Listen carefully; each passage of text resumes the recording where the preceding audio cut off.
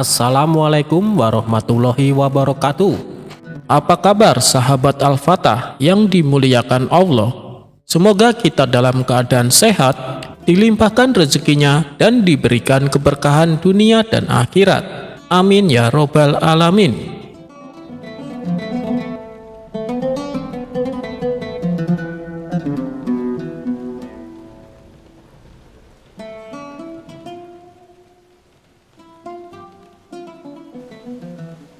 Suatu kali, Abu Nawas kembali dijebloskan ke dalam penjara oleh Baginda Raja karena ulahnya yang keterlaluan. Kali ini, tuduhannya cukup serius, yaitu telah mengganggu upacara kenegaraan dengan leluconnya yang tak terkendali. Di dalam sel penjara yang dingin dan gelap, Abu Nawas tidak panik. Ia justru menghabiskan waktunya dengan melukis di dinding penjara menggunakan arang dan lumpur. Ia melukis wajah Baginda Raja, para menteri, bahkan dirinya sendiri. Namun lukisan yang paling sering ia buat adalah lukisan wajah istrinya. Ia melukis wajah sang istri dengan sangat detail, lengkap dengan senyumnya yang khas dan tatapan matanya yang penuh cinta. Kabar tentang lukisan-lukisan Abu Nawas ini akhirnya sampai ke telinga Baginda Raja. Karena penasaran, Baginda Raja memerintahkan pengawal untuk membawanya ke sel Abu Nawas. Baginda Raja melihat lukisan-lukisan itu dan matanya terpaku pada lukisan wajah istri Abu Nawas. "Wahai Abu Nawas," tanya Baginda Raja, "mengapa kau melukis istrimu dengan sangat detail seperti ini? Seolah-olah kau melihatnya setiap hari." "Ampun Baginda," jawab Abu Nawas, "hamba melukisnya karena hamba merindukannya." "Tapi ada yang aneh dengan lukisan ini," kata Baginda Raja sambil mengamati lebih dekat. "Di setiap lukisan istrimu selalu ada sebuah titik hitam kecil di bawah mata kirinya. Apa itu?" "Itu adalah tai lalatnya Baginda," jawab Abu Nawas. "Istri hamba memiliki tai lalat di sana." Baginda Raja merasa curiga. "Tapi aku tidak pernah melihat ada tai lalat di wajah istrimu. Aku bahkan bertemu dengannya saat upacara. Aku yakin ia tidak punya tai lalat." Abu Nawas tersenyum tipis. "Baginda, istri hamba memang memiliki tai lalat di sana. Mungkin Baginda tidak pernah memperhatikannya," balas Abu Nawas. Merasa penasaran, Baginda Raja pun memanggil istri Abu Nawas untuk datang ke istana. Di hadapan Baginda Raja, istri Abu Nawas diminta untuk membuka cadarnya. Baginda Raja mengamati wajah istri Abu Nawas dengan seksama, dan benar saja tidak ada tai lalat di bawah mata kirinya. Baginda Raja menoleh ke Abu Nawas, wajahnya penuh amarah. "Hei Abu Nawas, kau telah berbohong padaku. Istrimu tidak memiliki tai lalat," teriak Baginda Raja. "Ampun Baginda, hamba tidak berbohong," kata Abu Nawas. "Lalu mengapa kau melukis tai lalat di sana?" tanya Baginda Raja kembali. Abu Nawas menunduk lalu kembali tersenyum. "Baginda, hamba tahu betul istri hamba tidak memiliki tai lalat di sana. Hamba juga tahu istri hamba tidak pernah memiliki tai lalat di wajahnya," balas Abu Nawas. Baginda Raja semakin bingung. "Lalu untuk apa kau melukisnya?" tanya Raja kembali. Abu Nawas mengangkat kepalanya, menatap Baginda Raja dengan tatapan tulus. "Baginda, tai lalat itu hamba lukis di sana bukan untuk menggambarkan kenyataan, melainkan untuk menggambarkan kerinduan. Setiap kali hamba melukisnya, hamba membayangkan andai saja istri hamba memiliki tai lalat itu. Hamba melukisnya sebagai sebuah misteri, sebuah pertanyaan yang hanya bisa dijawab oleh hamba dan istri hamba. Dengan melukisnya, hamba ingin Baginda bertanya, hamba ingin Baginda curiga, hamba ingin Baginda memanggil istri hamba. Hamba tahu hanya dengan cara ini hamba bisa melihat wajah istri hamba kembali. Hanya dengan cara ini rindu hamba terobati," ujar Abu Nawas. Baginda Raja terdiam. Ia menatap Abu Nawas, lalu menatap istrinya yang kini meneteskan air mata. Ia menyadari bahwa di balik kejahilan Abu Nawas ada kerinduan yang mendalam. Abu Nawas telah menggunakan kecerdikannya untuk bertemu dengan orang yang dicintainya, bahkan dari dalam sel penjara. Baginda Raja pun tertawa. "Hei Abu Nawas, kau benar-benar luar biasa. Kau telah menggunakan sebuah misteri untuk memecahkan sebuah masalah hati." Baginda Raja akhirnya membebaskan Abu Nawas. Ia menyadari bahwa hukuman penjara tidak ada artinya jika hati seseorang sudah dipenuhi dengan kerinduan. Dan sejak saat itu, lukisan misterius dengan tai lalat palsu itu menjadi legenda.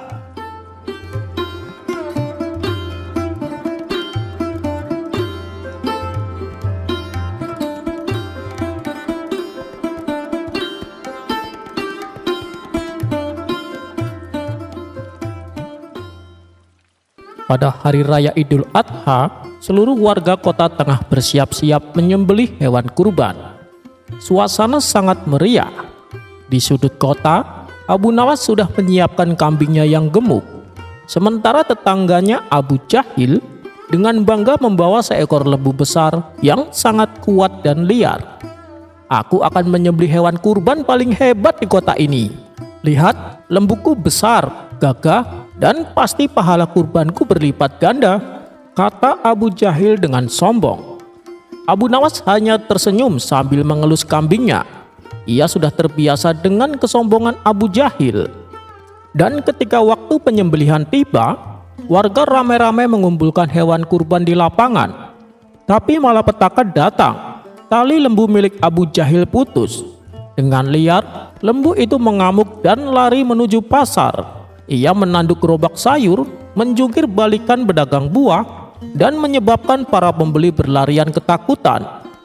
"Lembu, tangkap lembu!" teriak Abu Jahil panik sambil berlari di belakang hewan kurbannya. Pasar menjadi kacau balau, sayuran berterbangan, kain-kain melayang, dan seorang penjual telur menangis karena semua telurnya pecah diinjak si lembu. Melihat kekacauan itu, Abu Nawas hanya geleng-geleng kepala. Ia berjalan tenang ke tengah pasar dengan membawa seikat rumput hijau dan berkata pelan pada lembu itu, "Wahai lembu, kalau kau tenang, aku akan bacakan puisi pujian tentang keperkasaanmu," ucap Abu Nawas sambil menyodorkan rumput. Ajaibnya, lembu itu berhenti meronta, menoleh, dan perlahan mendekati Abu Nawas, tertarik pada rumput dan suaranya yang menenangkan. Dengan mudah Abu Nawas mengikat tali lembu itu dan membawanya kembali ke lapangan. Di sisi lain, Abu Jahil datang terengah-engah. "Bagaimana kau bisa menangkap lembuku, Abu Nawas?" tanya Abu Jahil penasaran. Abu Nawas tersenyum. "Mungkin karena aku tidak berteriak seperti kau. Lagi pula siapapun, bahkan lembu tidak suka dipaksa saat ingin tenang," ucap Abu Nawas. Di satu sisi, warga pasar yang lapaknya rusak karena lembu itu mendatangi Abu Jahil menuntut ganti rugi atas kekacauan yang terjadi. Sayur mayur rusak, telur pecah, dagangan berhamburan. Mereka semua beramai-ramai mendatangi Abu Jahil dengan wajah kesal. "Lembu siapa yang bikin pasar rusak?" tanya seorang pedagang dengan tangan di pinggang. "Lembu siapa yang injak-injak telurku?" kata si penjual telur dengan suara gemetar menahan emosi. Abu Jahil mencoba mengelak. "Itu kan bukan salah saya, lembu saya lari sendiri." Warga semakin marah. "Tapi yang punya lembu siapa? Yang sombong-sombong bilang paling hebat siapa?" ucap para warga tidak terima.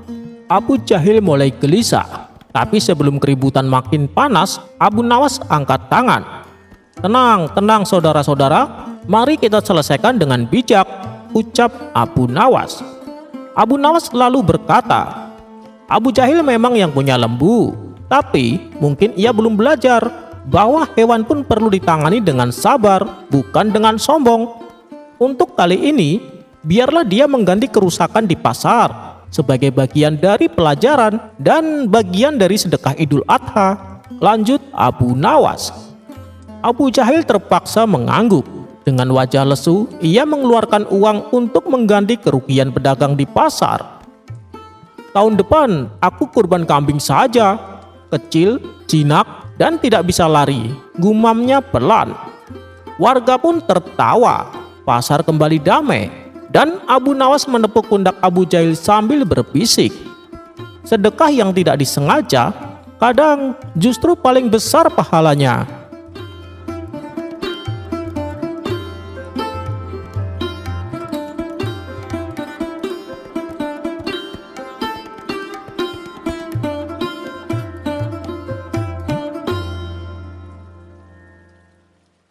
Alkisah suatu malam beberapa pengawal kerajaan mengadakan patroli di setiap sudut kota Baghdad. Hal ini untuk mencegah tindakan kejahatan, terutama aksi pencurian di malam hari. Mereka menyusuri ruang-ruang lorong yang memungkinkan rawan dengan aksi kejahatan. Di tengah jalan, para prajurit kerajaan ini dikejutkan oleh sosok orang yang berjalan sendirian. Orang tersebut berjalan dengan sempoyongan dan omongannya meracau tak jelas. Mereka lalu dengan sigap menangkap orang tersebut. Dan ternyata dia adalah Abu Nawas yang dalam kondisi mabuk berat. "Tuan Abu Nawas, karena Anda telah melakukan pelanggaran, maka terpaksa kami bawa Anda menghadap Baginda Raja." Saat ditangkap, omongan Abu Nawas malah semakin meracau. Akan tetapi, ia tidak menolak untuk ditahan. Abu Nawas pun lalu digelandang ke dalam penjara dan menahannya semalaman. Setelah esok paginya, saat kondisi Abu Nawas sudah sadar kembali, ia pun dihadapkan kepada Baginda Raja untuk menerima hukuman. "Ada apa ini pengawal? Kenapa engkau membawa Abu Nawas dengan tangan terikat?" tanya Baginda Raja. Kepala pengawal menjawab, "Ampun Paduka yang mulia, tadi malam kami memergoki Tuan Abu Nawas sedang mabuk, lalu kami menangkapnya." "Apa benar begitu Abu Nawas?" tanya Baginda Raja kepada Abu Nawas. "Benar tuanku," jawab Abu Nawas dengan menundukkan kepala merasa bersalah. "Baiklah, karena kamu telah melakukan kesalahan, maka kamu harus menerima hukuman," balas Baginda Raja. Baginda Raja pun kemudian memanggil Algojo untuk menghukum Abu Nawas. "Algojo, tampar dia 100 kali di wajahnya," perintah Baginda Raja. Namun, apa yang terjadi? Ternyata Algojo yang diperintahkan untuk menampar wajah Abu Nawas memiliki fisik yang tidak begitu tinggi, sehingga tangannya tidak bisa menjangkau wajah Abu Nawas. Sadar diri akan kondisinya, lantas Algojo itu pun berkata, "Menunduklah wahai Abu Nawas, supaya aku bisa menamparmu." Mendengar permintaan Algojo tersebut, Abu Nawas malah meledek dengan perkataan konyolnya. "Kamu ini kenapa malas sekali sih? Disuruh menampar saja, mintanya yang gampang. Apa kau ingin mengundangku makan, sehingga aku harus menundukkan badanku?" Mendengar ejekan Abu Nawas, Algojo itu pun lantas menimpali. "Hei Abu Nawas, kalaulah aku setinggi raksasa, sudah dari tadi kamu kesakitan menerima tamparanku." Mendengar perkataan Algojo tersebut, Abu Nawas lantas mengejeknya kembali. "Nyatanya, tak sedikit pun tanganmu menyentuh wajahku," jawab Abu Nawas sembari tertawa. Mendengar celotehan dan ejekan Abu Nawas kepada Algojo, Baginda Raja pun tertawa terpingkal-pingkal dan kemudian memerintahkan Algojo untuk meninggalkan Abu Nawas. "Wahai Algojo, tinggalkan Abu Nawas, aku sudah memaafkannya." Dan akhirnya Abu Nawas pun tak jadi mendapat hukuman. Dia malah mendapatkan maaf dari Baginda Raja. Ternyata bukan sekali dua kali Abu Nawas kepergok dengan minuman kerasnya oleh Baginda Raja. Suatu kali Baginda Raja berpapasan dengan Abu Nawas di pasar. Ia mendapati Abu Nawas membawa botol minuman di tangannya. Baginda Raja pun menegurnya. "Hai Abu Nawas, apa yang tengah kamu pegang itu?" "Ini susu Baginda," jawab Abu Nawas sembari gugup. "Masa air susu warnanya merah? Biasanya kan air susu warnanya putih," tanya Baginda Raja keheranan.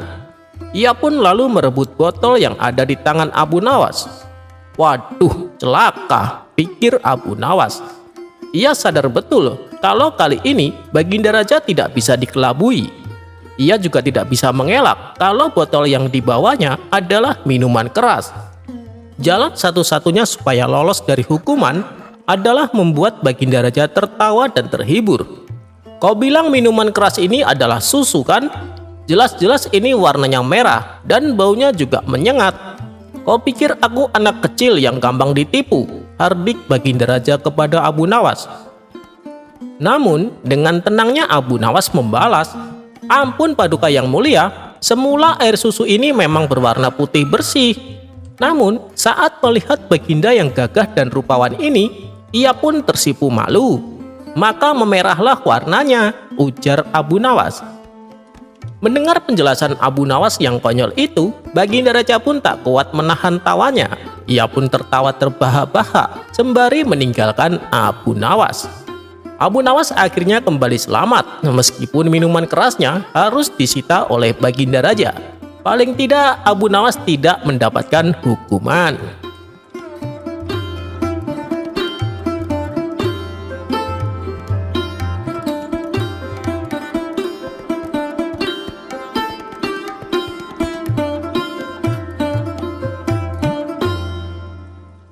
Suatu ketika Abu Jahil akan mengadakan pesta di rumahnya. Semua sahabat dan para tetangga diundang ke pestanya, termasuk Abu Nawas. Sebenarnya Abu Jahil enggan mengundang Abu Nawas sebab dia seringkali berseteru dengannya. Walaupun permasalahan yang sering terjadi adalah ulah dari Abu Jahil sendiri, namun alasan Abu Jahil mengundang Abu Nawas bukanlah dari ketulusan hatinya. Ia sengaja mengundang Abu Nawas dengan tujuan ingin mempermalukannya di hadapan para tetangga dan sahabatnya. Abu Nawas yang tidak menaruh rasa curiga tetap berangkat menemui undangan Abu Jahil. Sesampainya di rumah Abu Jahil, tampaklah orang-orang sudah berkumpul di rumahnya. Mereka duduk depan meja makan yang penuh dengan hidangan ikan bakar. Begitu mengetahui kedatangan Abu Nawas, Abu Jahil segera menyingkirkan nampan yang berisi ikan-ikan besar. Ia menggantinya dengan nampan yang berisi hidangan ikan-ikan kecil. "Selamat datang Abu Nawas, silakan masuk," sambut Abu Jahil. Abu Jahil lalu mempersilahkan Abu Nawas duduk tepat di depan meja yang terdapat hidangan ikan kecil. Sementara Abu Jahil dan kawan-kawannya duduk di depan meja yang terdapat hidangan ikan bakar besar. "Dasar Abu Jahil, sifatnya tidak pernah berubah," gerutu Abu Nawas. "Mari semuanya, silahkan nikmati hidangan ikan bakar," ucap Abu Jahil mempersilahkan. Orang-orang pun mulai menyantap ikan bakar dengan lahapnya. Sedangkan Abu Nawas hanya menatap hidangan ikan-ikan kecil di hadapannya. "Kenapa diam saja Abu Nawas? Silahkan dimakan hidangannya," kata Abu Jahil meledek. "Terima kasih Abu Jahil," balas Abu Nawas. "Bila aku berterus terang meminta ikan yang besar, pasti Abu Jahil akan mempermainkanku. Sebab itu yang Abu Jahil tunggu-tunggu," pikir Abu Nawas. Lalu dengan hati-hati Abu Nawas mengambil satu ikan kecil di hadapannya dan menempelkannya di telinga. Melihat tingkah Abu Nawas ini membuat Abu Jahil meledeknya kembali. "Kamu akan memakan ikannya lewat telinga Abu Nawas," ledek Abu Jahil. Dengan ekspresi muka serius, Abu Nawas berkata, "Tidak Abu Jahil, ikan kecil ini sedang berbicara padaku. Apakah kalian dengar apa yang diucapkan ikan kecil ini?" tanya Abu Nawas kepada para tamunya. Seketika orang-orang di sana terkejut mendengar penuturan Abu Nawas, termasuk Abu Jahil sendiri. "Tidak Abu Nawas, memangnya apa yang dikatakan ikan itu?" tanya mereka penasaran. "Sesungguhnya ikan kecil ini berkata kepadaku, ia memberitahuku kalau ikan-ikan besar yang ada di sebelah sana yang telah memakan ayahku sewaktu mati tenggelam di laut. Ikan kecil ini menyuruhku untuk balas dendam dengan cara memakannya kembali, ucap Abu Nawas menjelaskan.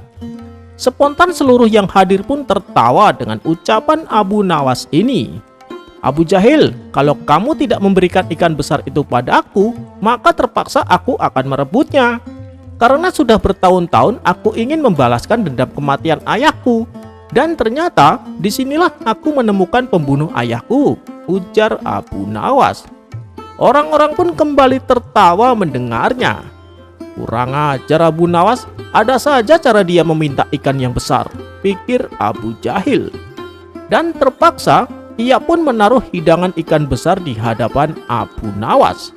Rencananya untuk mempermalukan Abu Nawas mengalami kegagalan untuk kesekian kalinya.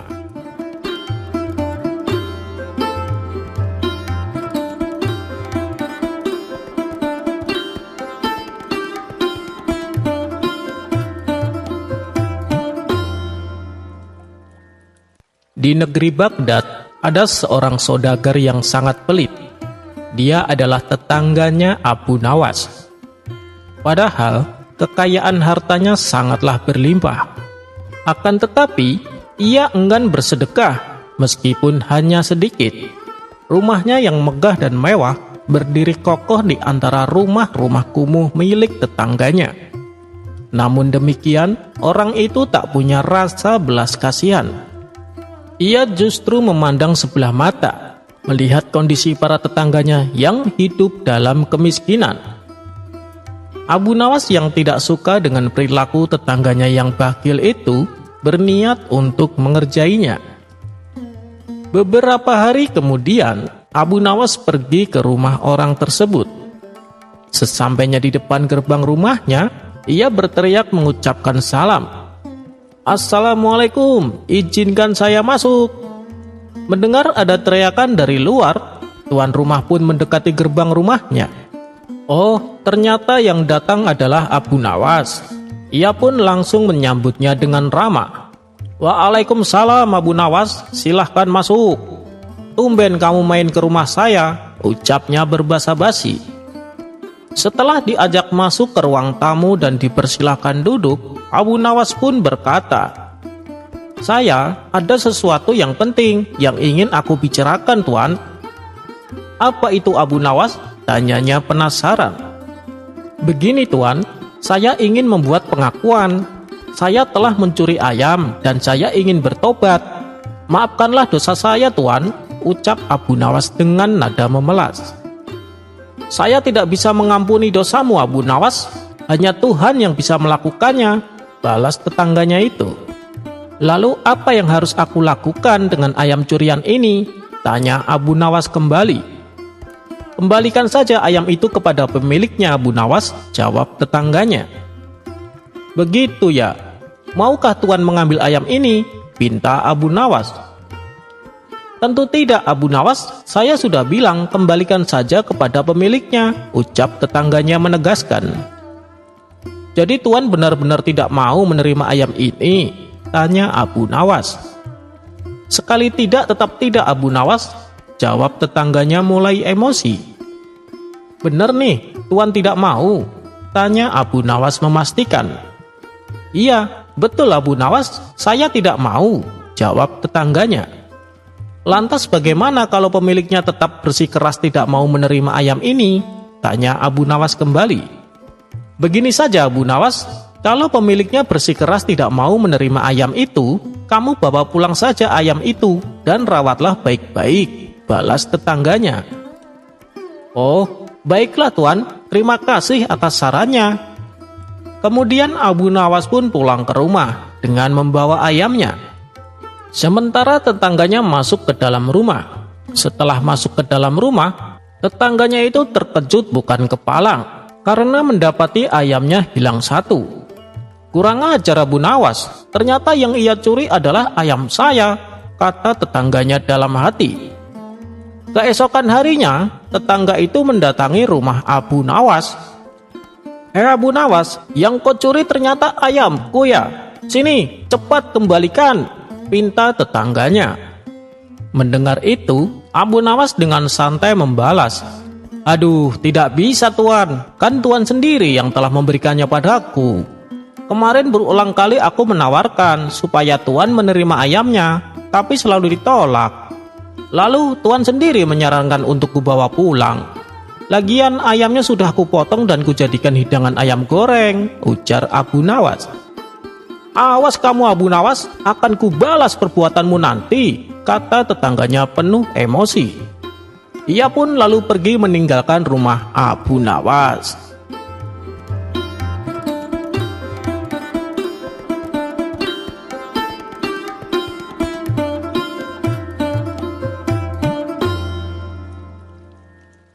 Dikisahkan, pada suatu hari Abu Nawas yang sedang duduk di tepi pantai merenungkan hal-hal kehidupan dan spiritual, tiba-tiba dia melihat kapal besar yang menjelma di tengah laut seperti sihir. Kapal itu tidak seperti kapal biasa.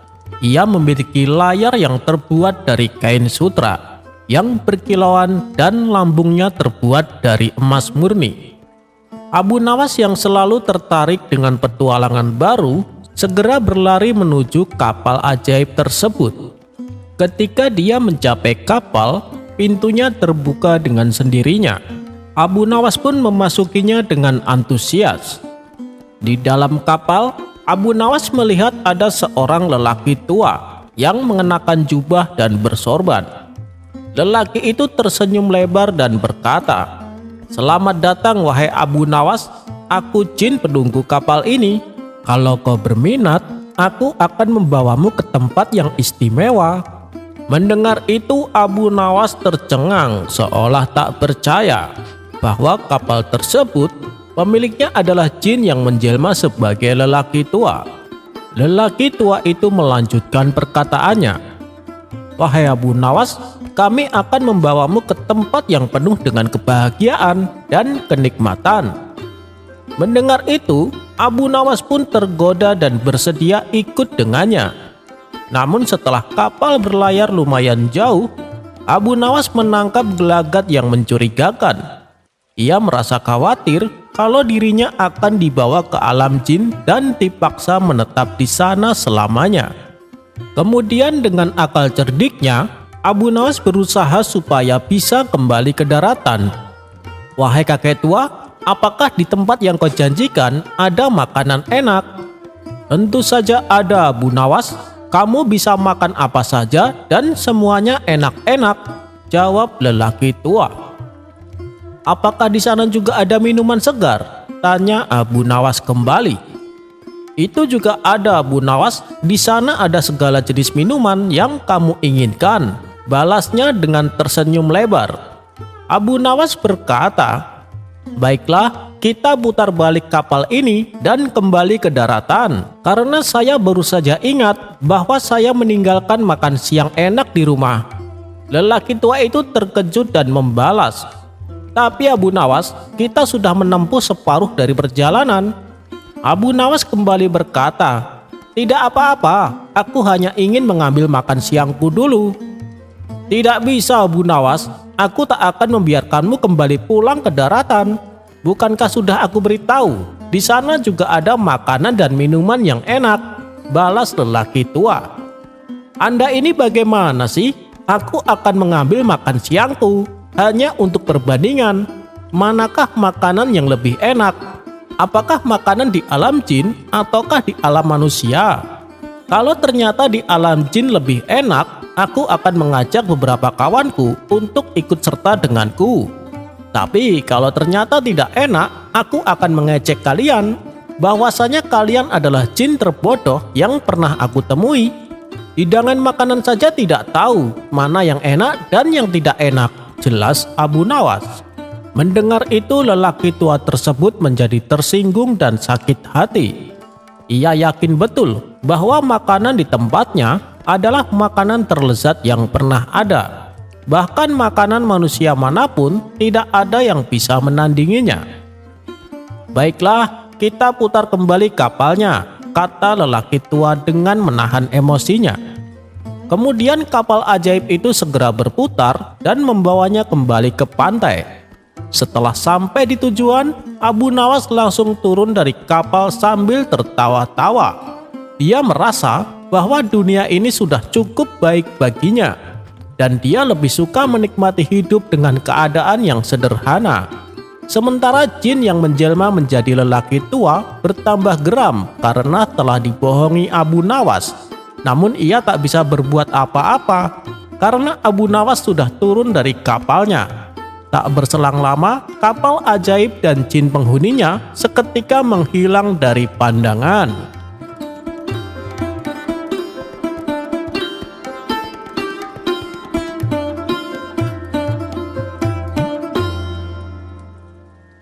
Siapa yang tak kenal dengan Abu Nawas, tokoh fenomenal dari Baghdad yang tersohor dengan tingkah konyolnya. Akalnya yang cerdik dan cerdas sering membuat Baginda Raja kewalahan. Beribu-ribu cara Baginda mencoba menjebak Abu Nawas, namun ia selalu saja bisa lolos. Tapi pada pertemuan kali ini, saya tidak akan mengisahkan tentang perseteruan antara Abu Nawas dan Baginda Raja. Kisah kali ini menceritakan bagaimana Abu Nawas menjawab pertanyaan seputar agama oleh seorang ulama ahli fikih. Yang bikin lucunya, Abu Nawas menjawab tidak perlu menggunakan dalil atau hadis, melainkan perkataan konyol yang keluar dari mulut Abu Nawas. Tentu saja jawaban Abu Nawas membuat sang ulama tertawa. Dan pastinya, jawaban Abu Nawas meskipun terkesan konyol, tapi jawaban tersebut memang benar dan masuk akal. Suatu kali, salah seorang ulama ahli fikih merasa resah akan perkara hukum yang dimilikinya. Karena merasa masih belum menemukan jawaban, sang ulama berniat menemui Abu Nawas. Mungkin Abu Nawas bisa menjawab masalah ini, batin sang ulama dalam hati. Singkat cerita, bertemulah sang ulama dengan Abu Nawas. Tanpa basa-basi, sang ulama pun mengutarakan keresahannya. "Wahai Abu Nawas, aku ada persoalan yang sampai saat ini tak kutemukan jawabannya. Aku membutuhkan pertolonganmu. Aku ingin mendengar apa pendapatmu. Semoga engkau mendapatkan balasan dari Allah atas kebaikanmu," kata sang ulama membuka percakapan. "Keresahan apa yang kau hadapi? Katakan saja padaku," timpal Abu Nawas. "Begini Abu Nawas, menurutmu mana yang lebih utama? Berjalan di depan iring-iringan jenazah atau di belakangnya?" tanya sang ulama. Dengan entengnya Abu Nawas menjawab, "Wahai Tuan Syekh, jangan terlalu serius dan resah dengan perihal urusan remeh-temeh seperti ini." Sang ulama kembali berkata, "Iya, tapi saya penasaran Abu Nawas. Kalau menurutmu sendiri, mana yang lebih utama? Saya benar-benar ingin tahu pendapatmu." Kemudian Abu Nawas menjelaskan, "Kalau menurutku sih, sama saja Tuan Syekh. Berjalanlah sesukamu, mau di depannya, di belakangnya, di sebelah kanan, atau di sebelah kiri. Semua itu sama saja menurut saya. Asal jangan kau naiki keranda jenazahnya. Orang-orang pasti akan menyuruhmu untuk turun." Keseriusan ulama fikih yang tadinya menyimak uraian Abu Nawas berubah menjadi tawa. Sang ulama fikih itu pun pergi dengan rasa puas dan tertawa sepanjang perjalanan.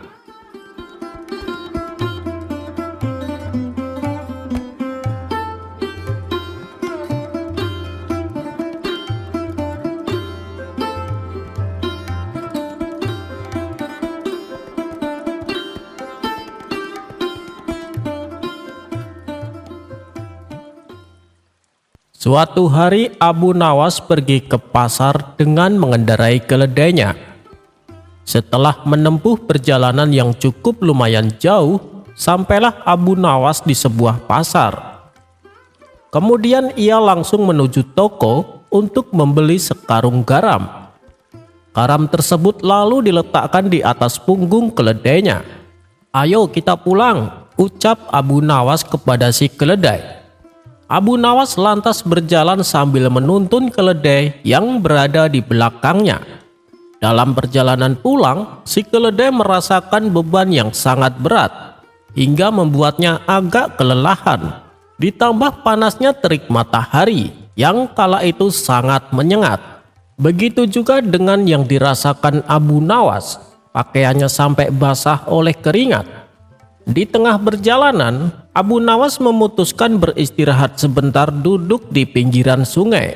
Sementara si keledai yang tak kuasa menahan panasnya matahari langsung menceburkan dirinya ke sungai. Ia berendam agak lama yang membuat sekarung garam yang dibawanya larut oleh air.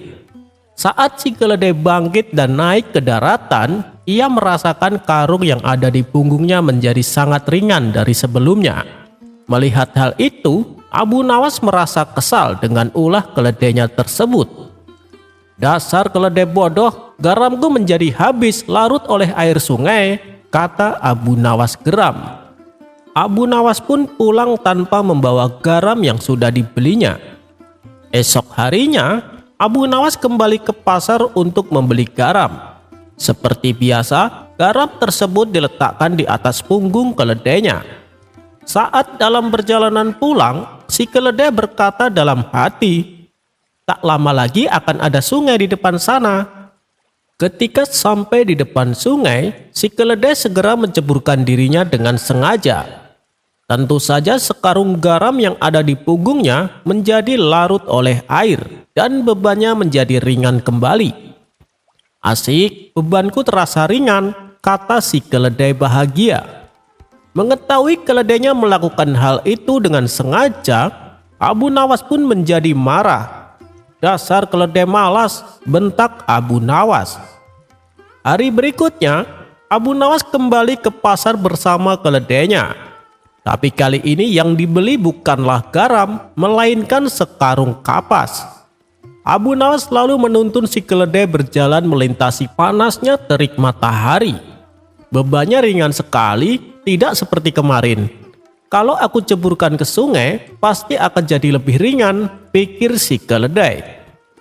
Ketika mereka sampai di depan sungai, tanpa pikir panjang, si keledai langsung menceburkan diri. Namun apa yang terjadi? Muatannya menjadi berat sekali.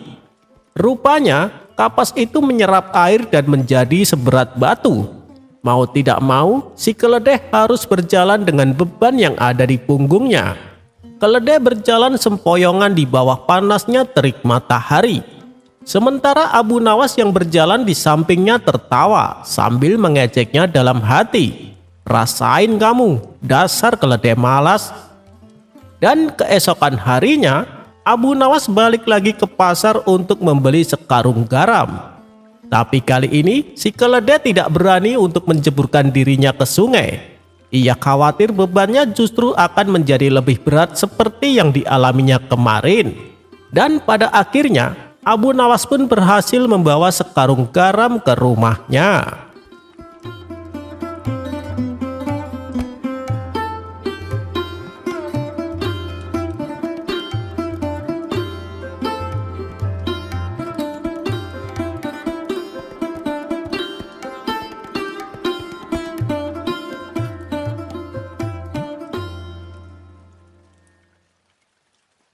Dikisahkan, pada suatu hari Abu Nawas yang sedang duduk di tepi pantai merenungkan hal-hal kehidupan dan spiritual, tiba-tiba dia melihat kapal besar yang menjelma di tengah laut seperti sihir. Kapal itu tidak seperti kapal biasa. Ia memiliki layar yang terbuat dari kain sutra yang berkilauan dan lambungnya terbuat dari emas murni. Abu Nawas yang selalu tertarik dengan petualangan baru segera berlari menuju kapal ajaib tersebut. Ketika dia mencapai kapal, pintunya terbuka dengan sendirinya. Abu Nawas pun memasukinya dengan antusias. Di dalam kapal, Abu Nawas melihat ada seorang lelaki tua yang mengenakan jubah dan bersorban. Lelaki itu tersenyum lebar dan berkata, "Selamat datang wahai Abu Nawas, aku jin penunggu kapal ini. Kalau kau berminat, aku akan membawamu ke tempat yang istimewa." Mendengar itu Abu Nawas tercengang seolah tak percaya bahwa kapal tersebut pemiliknya adalah jin yang menjelma sebagai lelaki tua. Lelaki tua itu melanjutkan perkataannya, "Wahai Abu Nawas, kami akan membawamu ke tempat yang penuh dengan kebahagiaan dan kenikmatan." Mendengar itu, Abu Nawas pun tergoda dan bersedia ikut dengannya. Namun setelah kapal berlayar lumayan jauh, Abu Nawas menangkap gelagat yang mencurigakan. Ia merasa khawatir kalau dirinya akan dibawa ke alam jin dan dipaksa menetap di sana selamanya. Kemudian dengan akal cerdiknya, Abu Nawas berusaha supaya bisa kembali ke daratan. "Wahai kakek tua, apakah di tempat yang kau janjikan ada makanan enak?" "Tentu saja ada, Abu Nawas. Kamu bisa makan apa saja dan semuanya enak-enak," jawab lelaki tua. "Apakah di sana juga ada minuman segar?" tanya Abu Nawas kembali. "Itu juga ada, Abu Nawas. Di sana ada segala jenis minuman yang kamu inginkan," balasnya dengan tersenyum lebar. Abu Nawas berkata, "Baiklah, kita putar balik kapal ini dan kembali ke daratan. Karena saya baru saja ingat bahwa saya meninggalkan makan siang enak di rumah." Lelaki tua itu terkejut dan membalas, "Tapi Abu Nawas, kita sudah menempuh separuh dari perjalanan." Abu Nawas kembali berkata, "Tidak apa-apa, aku hanya ingin mengambil makan siangku dulu." "Tidak bisa, Abu Nawas, aku tak akan membiarkanmu kembali pulang ke daratan. Bukankah sudah aku beritahu, di sana juga ada makanan dan minuman yang enak," balas lelaki tua. "Anda ini bagaimana sih? Aku akan mengambil makan siangku hanya untuk perbandingan. Manakah makanan yang lebih enak? Apakah makanan di alam jin ataukah di alam manusia? Kalau ternyata di alam jin lebih enak, aku akan mengajak beberapa kawanku untuk ikut serta denganku. Tapi kalau ternyata tidak enak, aku akan mengejek kalian bahwasanya kalian adalah jin terbodoh yang pernah aku temui. Hidangan makanan saja tidak tahu mana yang enak dan yang tidak enak," jelas Abu Nawas. Mendengar itu lelaki tua tersebut menjadi tersinggung dan sakit hati. Ia yakin betul bahwa makanan di tempatnya adalah makanan terlezat yang pernah ada. Bahkan makanan manusia manapun tidak ada yang bisa menandinginya. "Baiklah, kita putar kembali kapalnya," kata lelaki tua dengan menahan emosinya. Kemudian kapal ajaib itu segera berputar dan membawanya kembali ke pantai. Setelah sampai di tujuan, Abu Nawas langsung turun dari kapal sambil tertawa-tawa. Dia merasa bahwa dunia ini sudah cukup baik baginya, dan dia lebih suka menikmati hidup dengan keadaan yang sederhana. Sementara jin yang menjelma menjadi lelaki tua bertambah geram karena telah dibohongi Abu Nawas. Namun ia tak bisa berbuat apa-apa karena Abu Nawas sudah turun dari kapalnya. Tak berselang lama, kapal ajaib dan jin penghuninya seketika menghilang dari pandangan.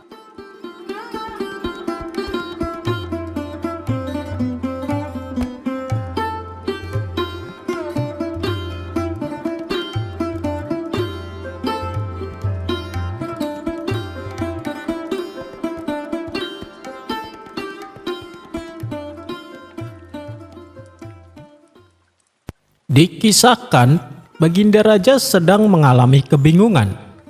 Pasalnya ia belum juga menemukan sosok orang yang tepat untuk menjadi hakim istana. Meskipun sudah diadakan sayembara, tapi tak ada satupun peserta yang memenuhi persyaratan. "Kenapa tidak Abu Nawas saja, Paduka?" saran penasehat istana. "Dia tidak akan mau. Kalaupun diancam akan dihukum, pasti dia memilih untuk dihukum daripada menjadi hakim," jawab Baginda Raja. "Kalau begitu, tugaskan saja Abu Nawas untuk mencari calon hakim istana," ujar sang penasehat. "Benar juga katamu. Baiklah, cepat panggil Abu Nawas kemari," perintah Baginda Raja. Maka berangkatlah beberapa utusan istana menemui Abu Nawas di rumahnya. "Tuan Abu, Anda diperintah Paduka untuk menghadapnya sekarang," kata mereka. Awalnya Abu Nawas mengira dirinya dipanggil untuk menjadi hakim. "Bilang saja sama Paduka, aku tidak mau datang," jelas Abu Nawas. "Tenang Tuan Abu, tujuan Baginda Raja menyuruh Tuan Abu menghadap hanya untuk meminta saran," tutur mereka. "Saran? Saran apa?" tanya Abu Nawas. "Mengenai sosok yang pantas jadi hakim, dan Tuan Abu diperintahkan untuk mencari orangnya," jawab mereka. "Ya sudah, kalian pulang saja dulu, nanti aku akan menyusul sekalian membawakan orangnya," balas Abu Nawas. Singkat cerita, berangkatlah Abu Nawas ke istana bersama orang yang akan dijadikan hakim. Namun saat mereka berdua menghadap Baginda Raja justru tertawa terpingkal-pingkal. Ternyata yang membuat tertawa, orang yang dibawa Abu Nawas tubuhnya kecil dan kerdil. "Kamu lucu Abu Nawas, masa orang kerdil seperti dia malah dicalonkan jadi hakim?" kata Baginda Raja terus tertawa. "Dia mungkin terlihat kecil Paduka, tetapi ingatlah, yang terbaik seringkali hadir dalam kemasan kecil," timpal Abu Nawas. Tawa Baginda Raja kembali pecah dan lebih kencang dari sebelumnya. "Baiklah Abu Nawas, saya akan bertanya kepada kawanmu itu. Apakah kamu kurang dihormati karena postur tubuhmu, sehingga kau ingin menjadi hakim supaya orang-orang mau menghormatimu?" tanya Baginda Raja. "Sebenarnya tidak Paduka, saya pikir itu justru sangat menguntungkan, karena saya bisa lebih dekat dengan rakyat tanpa harus menundukkan kepala," jawab kawan Abu Nawas tersebut.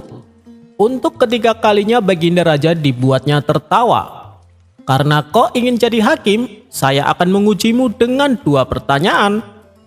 Pertanyaan pertama, mana yang lebih kau pilih, berbuat adil atau diberi uang?" tanya Baginda Raja.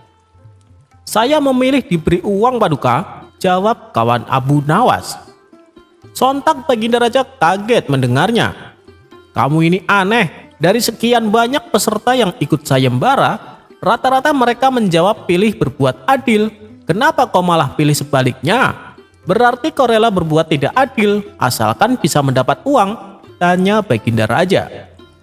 "Maksudnya bukan begitu Paduka, sifat jujur dan adil sudah melekat pada diri saya. Kenapa saya harus memilihnya? Sedangkan saya adalah orang miskin, tentu saja saya pilih uang. Bukankah seseorang memilih sesuatu yang mereka tidak punya?" jelas kawan Abu Nawas. Mendengar penjelasan tersebut, Baginda Raja manggut-manggut sebagai tanda setuju. "Oh, begitu. Baik, sekarang pertanyaan kedua. Bila kamu menghadapi suatu kasus di mana ada seorang maling tapi menuduh korban sebagai malingnya, sedangkan kamu tidak tahu mana malingnya dan mana korbannya, bagaimana caramu untuk mengungkap kebenaran dalam kasus yang rumit ini?" tanya Baginda Raja. "Itu sih mudah saja Paduka. Suruh mereka berdua memasuki rumah kosong. Setelah mereka berdua masuk ke dalamnya, kita teriakin 'Pencuri! Pencuri!' Nah, salah satu dari mereka pasti akan berlari keluar, dan sudah dipastikan dialah pencurinya yang asli. Karena seorang pencuri pasti punya insting untuk segera berlari keluar manakala mendengar teriakan tersebut," terang kawan Abu Nawas. Baginda Raja pun tersenyum puas dengan jawaban kawan Abu Nawas itu, dan kemudian Baginda Raja mengangkatnya sebagai hakim istana yang baru. "Ternyata pilihanmu tidak salah Abu Nawas," puji Baginda Raja kepada Abu Nawas. Baginda Raja yang awalnya meremehkan postur badannya akhirnya menyadari bahwa kebijaksanaan tidak terbatas pada ukuran tubuh.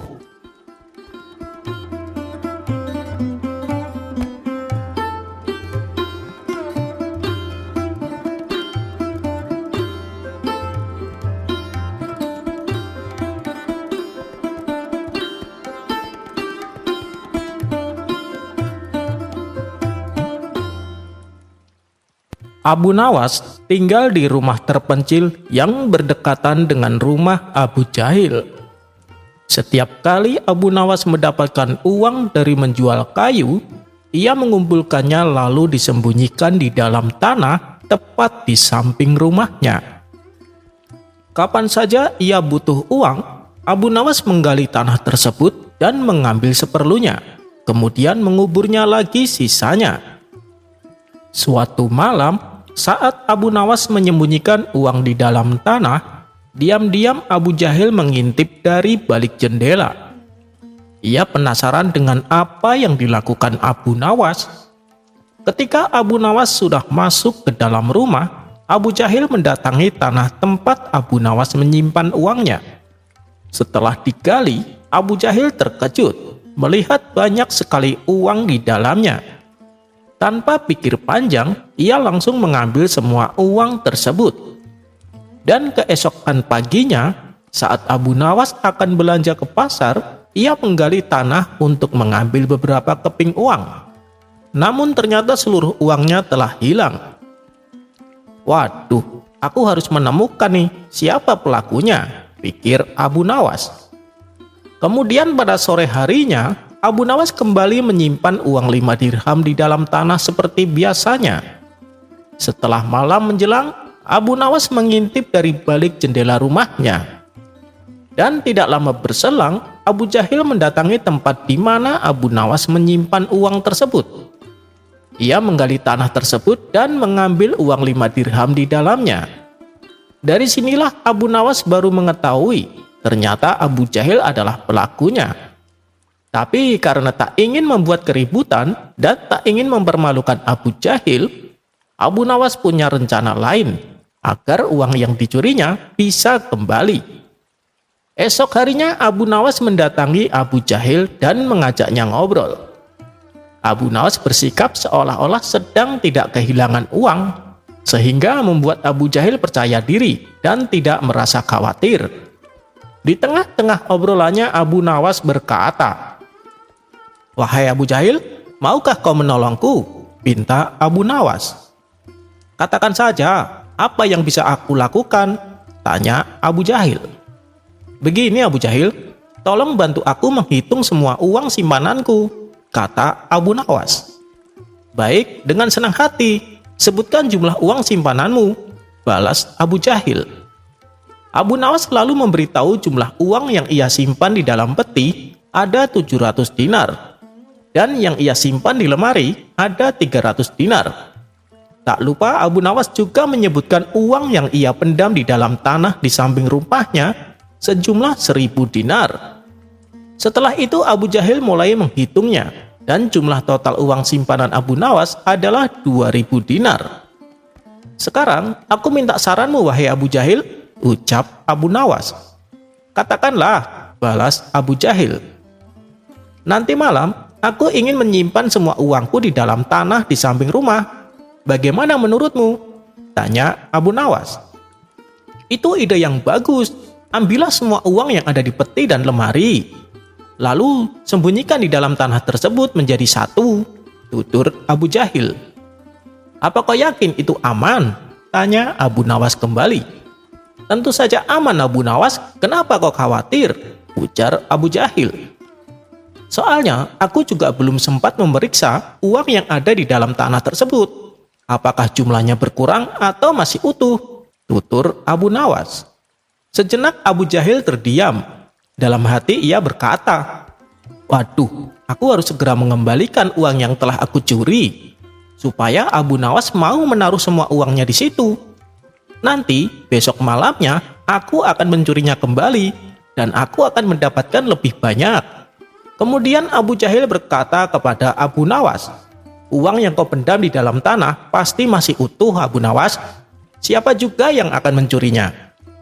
Mendengar itu Abu Nawas manggut-manggut, berpura-pura percaya sepenuhnya kepada Abu Jahil. "Baiklah, nanti malam aku akan periksa uang yang aku pendam. Kalau jumlahnya masih utuh, baru aku akan simpan semua uangku di situ," balas Abu Nawas. "Terima kasih Abu Jahil atas sarannya. Aku pamit dulu ya. Aku mau pergi ke pasar," kata Abu Nawas melanjutkan. Setelah Abu Nawas pergi ke pasar, Abu Jahil langsung menaruh kembali uang curiannya di dalam tanah tempat Abu Nawas menyimpan. Dan ketika malam tiba, Abu Nawas kembali menggali tanah dan mendapati uang yang dicuri telah kembali. Ia pun mengambil semua uang tersebut. Abu Jahil yang sedari tadi mengamati Abu Nawas merasa bahagia karena mengira Abu Nawas sedang menaruh semua uangnya di situ. Dan besok malamnya, Abu Jahil langsung menggali tanah tempat menyimpan uang Abu Nawas. Namun ternyata ia tak mendapati uang sepeser pun. Akhirnya Abu Jahil menyadari bahwa Abu Nawas telah memperdayai dirinya dan telah mendapatkan uangnya kembali.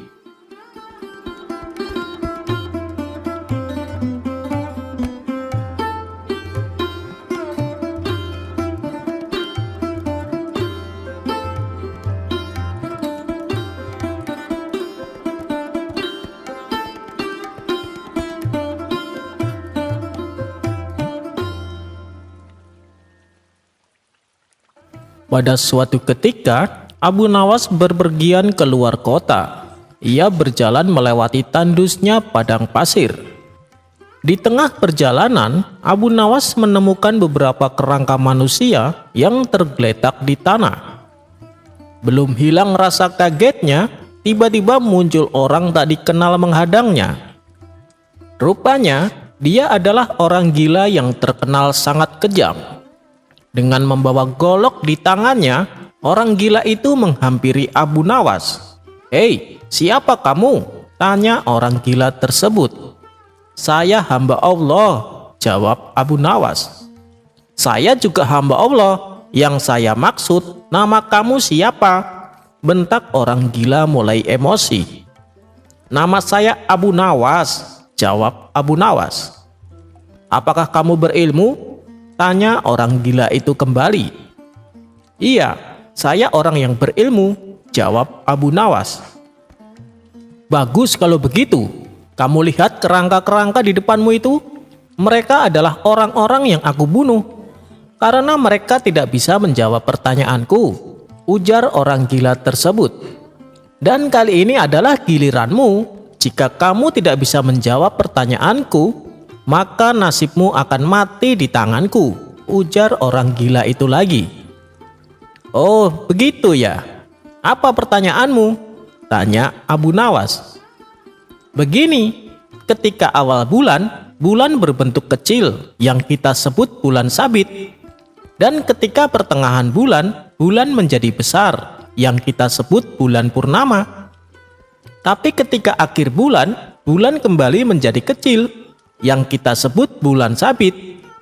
Pertanyaanku adalah, kenapa di awal bulan dan di akhir bulan, bulan berbentuk kecil?" tanya si orang gila.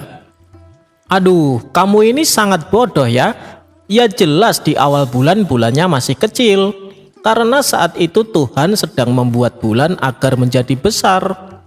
Setelah bulan menjadi besar di pertengahan bulan, lalu Tuhan memotong-motong bulan purnama menjadi kepingan-kepingan kecil. Kepingan-kepingan tersebut lalu Tuhan jadikan bintang yang bertebaran di langit. Oleh sebab itulah kenapa di awal bulan dan di akhir bulan, bulannya bentuknya jadi kecil," kata Abu Nawas menjelaskan.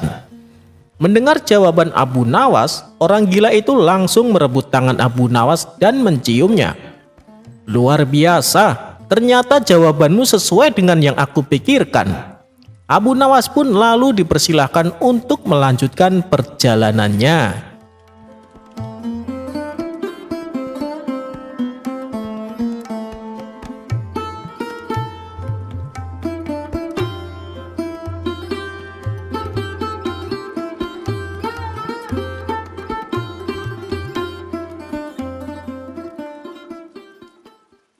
Pada suatu hari, Abu Nawas ditangkap dan dibawa ke istana. Setelah dihadapkan kepada baginda raja, ia pun langsung dijebloskan ke dalam penjara. Namun baru beberapa hari ditahan, tiba-tiba Abu Nawas dilepaskan kembali. Hal ini membuat Abu Nawas merasa heran. Ia pun memberanikan diri bertanya kepada baginda raja. "Ampun Paduka yang mulia, sebenarnya apa sih salah saya? Kenapa saya tiba-tiba di penjara dan kemudian dibebaskan?" Tanya Abu Nawas. Kamu tidak suka saya bebaskan? Kalau begitu, nanti saya akan masukkan kamu lagi ke penjara, tugas Baginda Raja. Ampun Paduka yang mulia, tentu saja saya tak ingin dipenjara. Saya hanya ingin tahu, kenapa saya diperlakukan seperti ini? Apa kesalahan saya? Tanya Abu Nawas kembali. Sudahlah, kamu pulang saja sebelum saya berubah pikiran, balas Baginda Raja. Karena takut akan kembali ditahan, Abu Nawas langsung meninggalkan kerajaan. Saat ia hendak keluar gerbang istana, Abu Nawas berpapasan dengan salah satu menteri yang merupakan sahabatnya. Alhamdulillah, akhirnya kamu dibebaskan juga Abu Nawas, kata sang menteri. Iya, aku sendiri heran, kenapa tiba-tiba di penjara dan kemudian dibebaskan juga, ujar Abu Nawas. Aku tahu apa sebabnya, timpal sang menteri. Mendengar hal itu, Abu Nawas pun terkejut. Jadi kamu tahu permasalahannya? Coba ceritakan padaku, pinta Abu Nawas. Ceritanya begini Abu Nawas, tempo hari salah satu punggawa istana memberi laporan palsu kepada Baginda Raja. Ia mengatakan kamu telah berbuat kesalahan. Kebetulan waktu itu Baginda Raja sedang kesal. Beliau pun langsung menyuruh pengawal untuk menangkapmu. Beliau juga langsung menghukum kamu tanpa memberi kesempatan untuk membela diri. Melihat hal itu, aku tidak tinggal diam. Kamu kan sahabatku. Kemudian pada keesokan harinya, aku memberikan bukti bahwa kamu tidak bersalah dan semua tuduhan punggawa istana itu adalah fitnah belaka. Begitu Baginda Raja mengetahuinya, beliau segera membebaskanmu dan menghukum punggawa istana tersebut, tutur sang menteri yang juga sahabat Abu Nawas. Oh, aku jadi korban salah tangkap. Harusnya Paduka minta maaf padaku, timpal Abu Nawas. Biarkan saja Abu Nawas, mungkin Paduka Raja malu mengakuinya. Yang penting kamu sudah bebas, sahut sang menteri. Ya sudahlah, terima kasih ya sudah menolongku, kata Abu Nawas. Ia pun kemudian melanjutkan perjalanan pulang ke rumah. Sejak peristiwa itu, ia tidak pernah pergi ke istana. Kemudian Baginda Raja mulai merasakan kehilangan sosok Abu Nawas, di mana Abu Nawas ini selalu menghiburnya di setiap waktu. Ia pun lantas menyuruh beberapa pengawal untuk mengundang Abu Nawas datang ke istana. Akan tetapi Abu Nawas menolak undangan tersebut. Hari berikutnya Baginda Raja kembali perintahkan pengawal untuk mengundang Abu Nawas. Lagi-lagi Abu Nawas masih tidak mau datang. Begitu juga dengan hari-hari selanjutnya. Mungkin Abu Nawas masih marah padaku. Sebaiknya aku sendiri yang datang ke sana, pikir Baginda Raja. Pada saat itu juga Baginda Raja langsung pergi menuju rumah Abu Nawas. Setibanya di sana, Baginda Raja melihat Abu Nawas tengah asik bermain bersama anak-anak kecil. Wahai Abu Nawas, kesinilah. Bagaimana kabarmu? Sapa Baginda Raja. Abu Nawas pun berjalan menghampiri Baginda Raja. Saya baik-baik saja Paduka, jawab Abu Nawas. Kamu kenapa tak mau datang ke istana, malah memilih bermain sama anak-anak kecil? Tanya Baginda Raja. Jangan salah Paduka, dengan bermain bersama anak-anak, saya mendapatkan pelajaran berharga, jawab Abu Nawas. Mendengar hal itu, Baginda Raja pun heran. Bagaimana mungkin Abu Nawas? Coba beritahu aku, pinta sang raja. Paduka mungkin belum tahu bahwa anak kecil mempunyai 3 sifat yang jarang dimiliki oleh orang dewasa, apalagi oleh seorang penguasa, jelas Abu Nawas. Oh ya, apa itu? Tanya Baginda Raja bertambah penasaran. Pertama, jika dia tidak tahu, dia tidak malu untuk bertanya. Dia juga tidak takut untuk mencoba hal baru. Dan yang lebih penting, anak kecil tidak merasa malu untuk mengakui kesalahannya, tutur Abu Nawas. Sontak Baginda Raja terdiam. Ia mulai memahami arah perkataan Abu Nawas. "Baiklah, saya minta maaf. Saya khilaf Abu Nawas karena telah berbuat zalim kepadamu," sesal Baginda Raja. Setelah Baginda Raja mengutarakan permintaan maafnya, Abu Nawas pun tersenyum dan memaafkannya.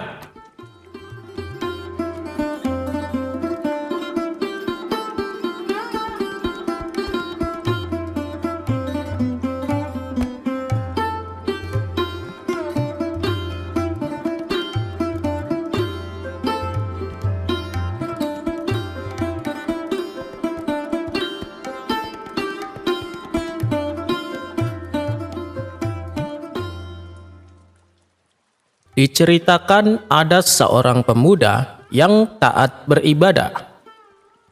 Setiap malam ia tak pernah ketinggalan sholat tahajud. Bahkan dari pagi sampai sore, ia habiskan waktunya hanya untuk beribadah di dalam masjid. Kabar tentang kealiman si pemuda pun tersebar sampai ke seluruh Baghdad. Abu Nawas yang mendengar kabar tersebut penasaran dengan sosok pemuda alim itu. Hingga akhirnya diam-diam Abu Nawas mendatangi masjid di mana si pemuda biasa melakukan ibadahnya. Namun setelah beberapa hari mengamati pemuda itu, Abu Nawas merasakan kejanggalan. Karena si pemuda menghabiskan waktunya hanya untuk beribadah dan tidak mau bekerja. Abu Nawas pun lalu menghampirinya. "Hai pemuda, engkau habiskan seluruh waktumu hanya untuk beribadah. Lalu dengan cara apa engkau makan?" tanya Abu Nawas. "Para warga sudah menjamin kebutuhanku. Mereka selalu memberiku makanan secara bergantian," jawab si pemuda. "Bukankah lebih baik jika kau bekerja, supaya kau bisa makan tanpa harus membebani warga?" tutur Abu Nawas. "Untuk apa capek-capek bekerja? Dengan menghabiskan waktu untuk beribadah, Allah sudah menjamin kebutuhanku," balas si pemuda. "Tapi bukan dengan cara seperti ini.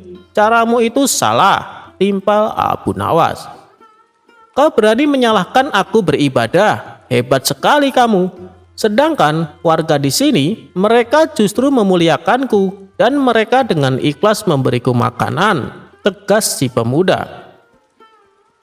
"Baiklah, lalu apa yang kau harapkan dari ibadahmu?" tanya Abu Nawas.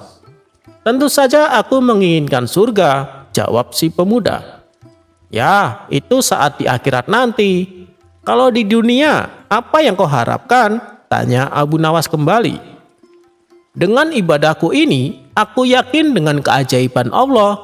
Suatu saat aku pasti memperoleh kekayaan tanpa harus bekerja, sehingga aku bisa lebih giat beribadah," jelas si pemuda.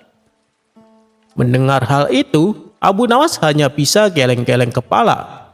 Ia pun pergi meninggalkan si pemuda. Setibanya di rumah, Abu Nawas memikirkan cara untuk menyadarkan si pemuda. Tiba-tiba terbesit di benaknya sebuah ide yang konyol. Esok paginya, ia kembali mendatangi si pemuda. "Hei anak muda, kemarin yang kau katakan ada benarnya juga. Kalau kita rajin beribadah, Allah akan memberi keajaiban pada kita. Karena di kebunku tiba-tiba tumbuh pohon uang," tutur Abu Nawas. Si pemuda pun tertegun mendengarnya. "Bolehkah aku melihat pohonmu itu?" tanya si pemuda. "Tentu saja boleh, bahkan aku berniat memberikannya padamu," ujar Abu Nawas. "Benarkah Tuan? Ayo kita ke tempat kebun milik Tuan," ajak si pemuda tak sabar. Maka mereka berdua segera berangkat menuju kebun Abu Nawas. Sesampainya di sana, si pemuda tak mendapati pohon uang yang diceritakan oleh Abu Nawas. "Mana pohonnya?" tanya si pemuda. "Itu dia," jawab Abu Nawas sambil menunjuk pohon kurma yang masih kecil. "Itu kan pohon kurma, mana mungkin bisa keluar uang," ujar si pemuda. Bentuknya memang seperti pohon kurma, tapi nanti kalau sudah besar dan berbuah akan menghasilkan uang, jelas Abu Nawas. Baiklah, lalu apa yang harus aku lakukan? Tanya si pemuda. Kau rawatlah pohon kecil itu supaya menjadi besar. Caranya, kau siram air tiap pagi dan sore, jawab Abu Nawas.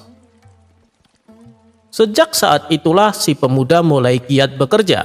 Di samping ia tekun beribadah, ia juga rajin merawat pohon kurma. Setelah 6 bulan kemudian, pohon kurma itu pun menjadi besar dan berbuah sangat banyak. Akan tetapi si pemuda merasa kecewa dan berkata kepada Abu Nawas, "Anda pembohong, Tuan. Saya sudah capek-capek merawat pohon itu, tapi tak ada uang yang keluar," kata si pemuda merasa kesal. "Bukankah buah kurma itu uang? Kau petik semuanya dan jualah ke pasar," saran Abu Nawas. Karena sudah terlanjur bersusah payah, si pemuda pun melakukan apa yang disarankan. Dan benar saja, setelah semua buah kurmanya laku terjual, ia mendapatkan uang yang lumayan banyak. Seketika, rasa kecewa si pemuda terobati. Wajahnya menjadi ceria dan bahagia. "Bagaimana? Apakah kau masih berminat untuk merawat pohon kurma?" tanya Abu Nawas. "Iya, Tuan Abu, saya masih berminat," jawab pemuda itu penuh semangat. "Nah, begitu dong. Ibadah tetap harus kita jalankan, tapi kita juga harus bekerja. Rasulullah sendiri selain berdakwah, beliau juga bekerja untuk mencari nafkah. Padahal kalau Rasulullah mau, beliau tinggal berdoa tanpa bekerja, dan apapun keinginan beliau pasti akan dikabulkan. Tapi beliau ingin memberi contoh kepada umatnya bahwa mencari nafkah itu juga hukumnya wajib. Apalagi kalau bekerja diniatkan ibadah, misalnya untuk menafkahi keluarganya, dan selebihnya untuk bersedekah, maka akan mendapatkan 2 keuntungan, yaitu keuntungan secara materi dan juga keuntungan pahala," tutur Abu Nawas. Setelah mendengar penuturan Abu Nawas, si pemuda pun mulai menyadari atas kekeliruannya. Dan ia berjanji mulai saat itu, ia akan rajin beribadah dan juga rajin bekerja.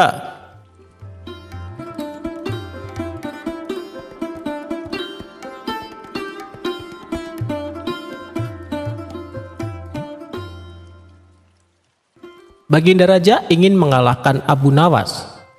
Pasalnya, Abu Nawas yang banyak akal ini selalu lolos dari perangkapnya. Namun, seberapapun banyaknya perangkap-perangkap yang selama ini dibuat oleh sang raja, semua bisa diatasi dengan cara-cara yang cemerlang oleh Abu Nawas. Tapi, Baginda Raja tidak mau putus asa begitu saja. Masih ada puluhan jaring muslihat yang telah disiapkan untuk menjeratnya, hingga bisa menghukum Abu Nawas ini. Baginda Raja beserta para menteri yang setia sering mengunjungi tempat pemandian air hangat yang hanya dikunjungi para pangeran, bangsawan, dan orang terkenal.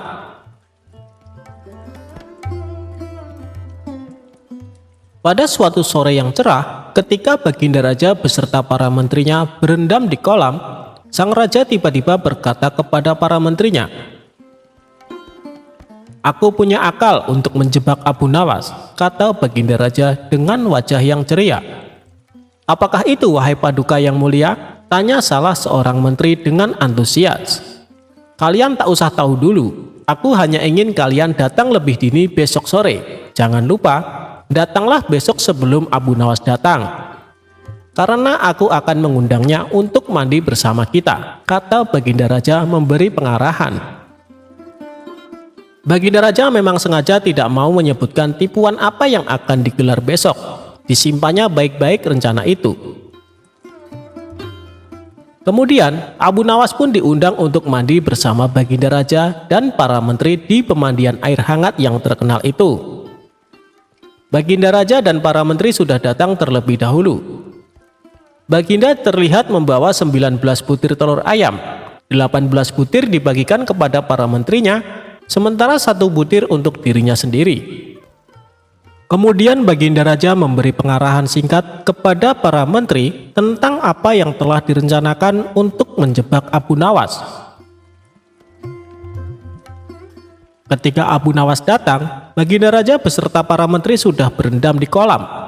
Abu Nawas melepas pakaian dan langsung ikut berendam.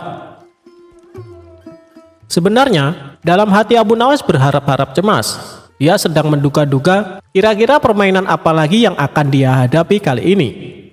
Mungkin permainan kali ini lebih berat karena Baginda Raja tidak memberi waktu untuk berpikir. Tiba-tiba Baginda Raja membuyarkan lamunan Abu Nawas. Beliau berkata kepada Abu Nawas, "Hai Abu Nawas, aku mengundangmu mandi bersama karena ingin mengajak engkau ikut dalam permainan kami," kata Baginda Raja. "Permainan apakah itu Paduka yang mulia?" tanya Abu Nawas belum mengerti. "Kita sekali-sekali melakukan sesuatu yang secara alami hanya bisa dilakukan oleh binatang. Sebagai manusia, kita harus bisa melakukan dengan cara kita masing-masing," kata Baginda Raja sambil tersenyum. "Hamba belum mengerti Baginda yang mulia," kata Abu Nawas agak ketakutan. "Masing-masing dari kita harus bisa bertelur seperti ayam, dan barang siapa yang tidak bisa bertelur, maka ia harus dihukum," kata Baginda Raja. Abu Nawas tidak bisa berkata apa-apa, wajahnya nampak murung. Dia semakin yakin dirinya tak akan bisa lolos dari lubang jebakan Baginda Raja dengan mudah. Melihat wajah Abu Nawas murung, wajah Baginda Raja semakin berseri-seri. Dia berpikir kali ini jebakannya bakal berhasil. "Nah, sekarang apa lagi yang kita tunggu? Kita menyelam lalu naik ke atas sambil menunjukkan telur kita masing-masing," perintah Baginda Raja. Baginda Raja dan para menteri mulai menyelam, kemudian naik ke atas satu persatu dengan membawa sebutir telur ayam. Abu Nawas masih di dalam kolam. Ia tentu saja tidak sempat mempersiapkan telur, karena ia memang tidak tahu kalau ia diharuskan bertelur seperti ayam. Kini Abu Nawas tahu kalau Baginda Raja dan para menteri telah mempersiapkan telur masing-masing satu butir. Karena belum ada seorang manusia pun yang bisa bertelur dan tidak akan pernah ada yang bisa. Karena dadanya mulai terasa sesak, Abu Nawas cepat-cepat muncul ke permukaan. Kemudian naik ke atas. Baginda Raja langsung mendekati Abu Nawas. Abu Nawas tampak tenang, bahkan ia berlaku aneh. Tiba-tiba saja ia mengeluarkan suara seperti ayam jantan berkokok keras sekali, sehingga Baginda Raja dan para menterinya merasa heran. "Ampun Tuanku yang mulia, hamba tidak bisa bertelur seperti Baginda dan para menteri," kata Abu Nawas sambil membungkuk hormat. "Kalau begitu engkau harus dihukum," kata Baginda bangga, karena kali ini idenya berhasil. "Tunggu dulu wahai Tuanku yang mulia," kata Abu Nawas memohon. "Apalagi Abu Nawas?" kata Baginda Raja tidak sabar. "Paduka yang mulia, sebelumnya izinkan hamba membela diri. Sebenarnya kalau hamba mau bertelur, hamba tentu mampu. Tetapi hamba merasa jadi ayam jantan, maka hamba tidak bisa bertelur. Hanya ayam betina saja yang bisa bertelur." "Kukuruyuk," kata Abu Nawas dengan membusungkan dada. Baginda Raja tidak bisa berkata apa-apa. Wajah Baginda Raja dan para menteri yang semula ceria penuh kemenangan mendadak berubah menjadi merah padam karena malu, sebab mereka dianggap ayam betina. Abu Nawas memang cerdik. Karena merasa malu, Baginda Raja dan para menteri segera berpakaian dan kembali ke istana tanpa mengucapkan sepatah kata pun. Sekali lagi Abu Nawas berhasil lolos dari jebakan sang raja. Memang Abu Nawas banyak akalnya dan telah diakui oleh para ilmuwan sebagai ahli mantik atau ilmu logika. Gampang saja baginya untuk membolak-balikan dan mempermainkan kata-kata guna menjatuhkan mental lawan-lawannya.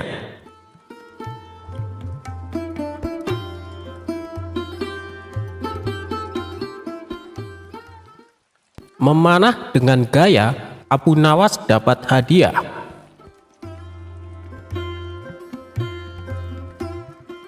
Baginda Raja tak henti-hentinya mengerjai Abu Nawas, namun ia selalu lolos dari perangkapnya. Yang ada malah Baginda Raja sendiri yang menanggung kekalahan. Kalaupun beradu otak, pasti Abu Nawas yang akan menang, dan Raja tahu betul kecerdasan dan kecerdikan Abu Nawas.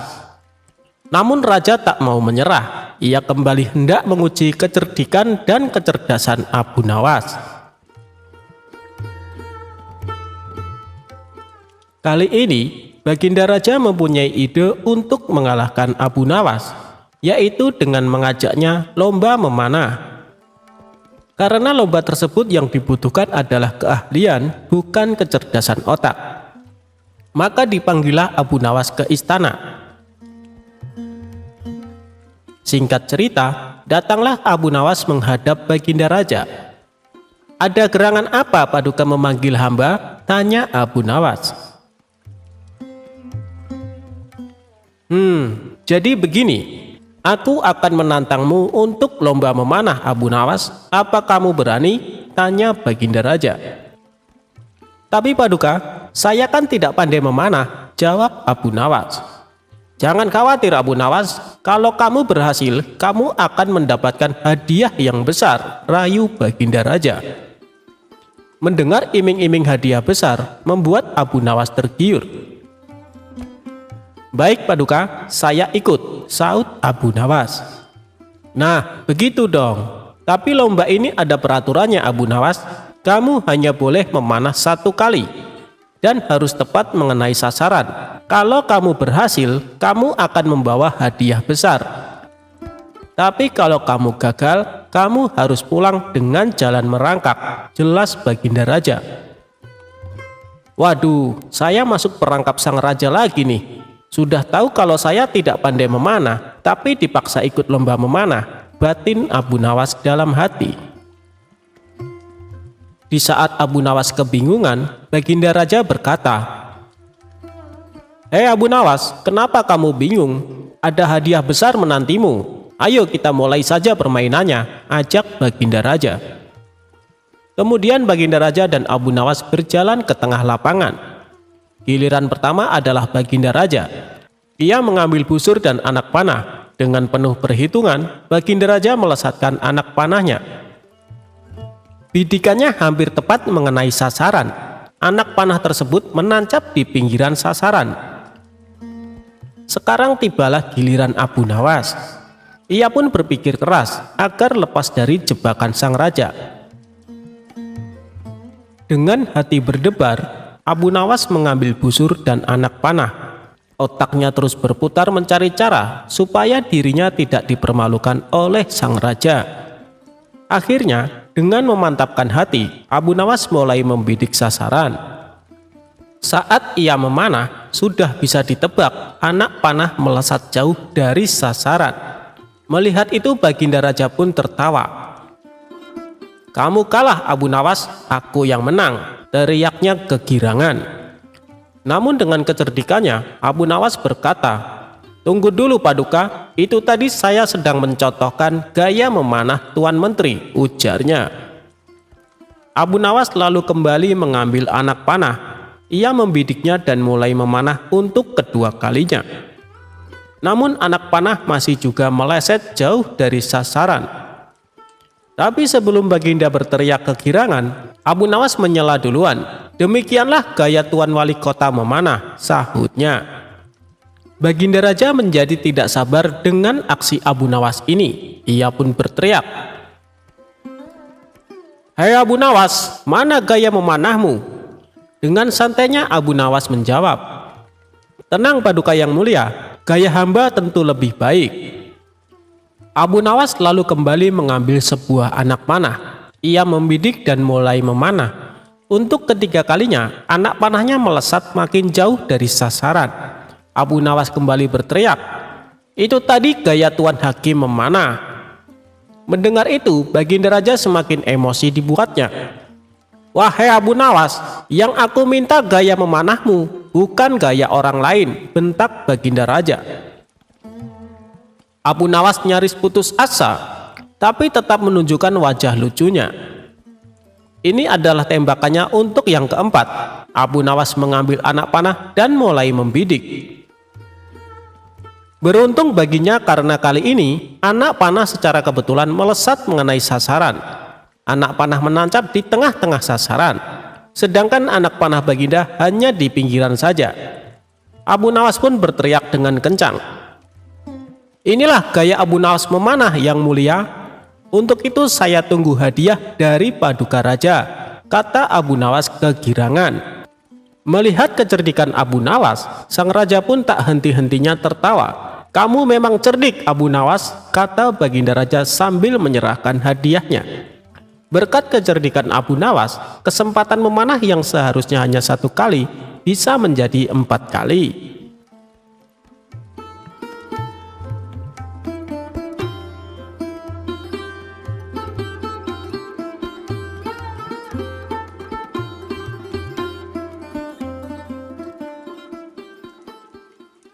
Prajurit sombong kena batunya.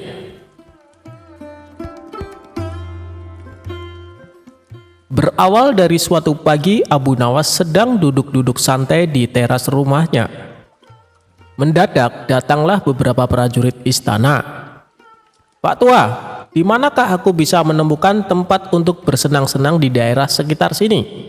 Tanya seorang prajurit yang ternyata komandan prajurit. Kalau tidak salah di sebelah sana, jawab Abu Nawas males-malesan. Di manakah tempat itu? Tanya prajurit lainnya dengan sifat yang tidak menghargai. Pergilah ke arah sana lurus tanpa belok-belok, maka kalian akan menjumpai tempat untuk bersenang-senang, jawab Abu Nawas. Rombongan tentara kerajaan itu akhirnya pergi juga menuju tempat yang sudah ditunjukkan Abu Nawas. Setelah beberapa saat, kagetlah mereka semua karena tempat yang mereka cari tidak ditemukan, kecuali hanya pemakaman yang sangat luas. Tentu saja hal ini membuat para prajurit berang, karena merasa telah ditipu oleh Abu Nawas. Mereka pun kembali lagi ke tempat Abu Nawas. Hai Pak Tua, keluarlah engkau. Kenapa engkau berani sekali membohongi kami? Tanya sang komandan yang tidak tahu kalau yang diajak bicara itu sebenarnya Abu Nawas, si penasehat kerajaan. Siapakah engkau ini berani sekali membohongi kami? Tanya salah seorang prajurit. Aku adalah Abdi, jawab Abu Nawas. Abu Nawas terkesan asal bicara. Komandan dan para prajurit merasa geram dan marah. Prajurit, tangkap dia, perintah komandan kepada para anak buahnya. Engkau akan kubawa ke panglima kami, tambah komandan kepada Abu Nawas. Rupanya Abu Nawas dihadapkan ke panglima kerajaan. Wahai panglima, kami telah menangkap seorang pembohong yang berani membohongi pasukan kerajaan, kata komandan melaporkan. Panglima bersikap biasa saja. Bahkan dia memerintahkan kepada prajurit untuk melepaskan borgol di tangan Abu Nawas. Komandan dan para prajurit terkejut dan merasa heran. Setelah itu Panglima mendekati Abu Nawas. Tuan, maafkan perbuatan anak buahku ini ya, kata Panglima itu dengan sangat sopan. Panglima dan Abu Nawas sudah saling mengenal. Mereka seringkali bertemu ketika sang khalifah mengundang ke istana. Betapa terkejutnya sang komandan dan para prajurit. Perasaan sombong dan congkak yang tadi menyelimuti mereka seakan berubah menjadi rasa takut. Wahai Tuan Abu Nawas, sebenarnya kebohongan apa yang mereka sangkakan kepadamu? Tanya Panglima.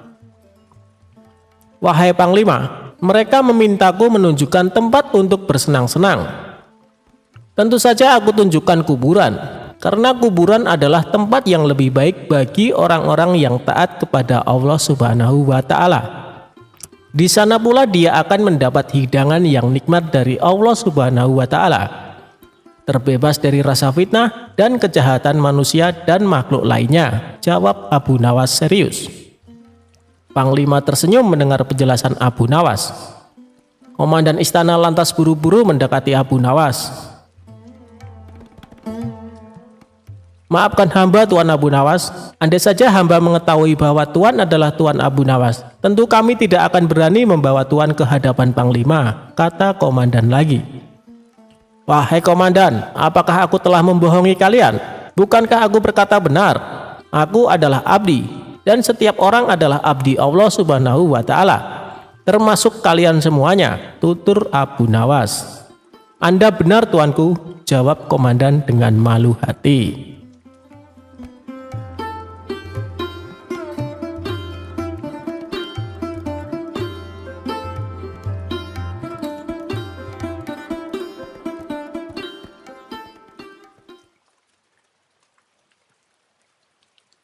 Inisiatif berlebihan bisa membawa celaka.